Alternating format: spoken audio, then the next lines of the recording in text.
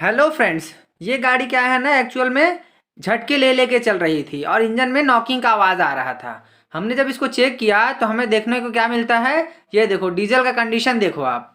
ये देखो, ये देखो इसमें कितना कचरा है। इतना ज़्यादा मिट्टी धूल इसके अंदर डीजल में आ रहा है, साथ में इसकी वजह से ये प्रॉब्लम हो रहा था। बार बार इंजन को प्रॉपर फ्यूल नहीं मिल पा रहा था और इंजन झटके ले रहा था और इंजन अजीब सा अलग से साउंड कर रहा था। देखो कितना मिट्टी, कितना कचरा है। आपके साथ भी अगर ऐसा प्रॉब्लम आ रहा है तो एक बार अपने फ्यूल लाइन को आप ज़रूर से चेक कराएं। Thanks for watching.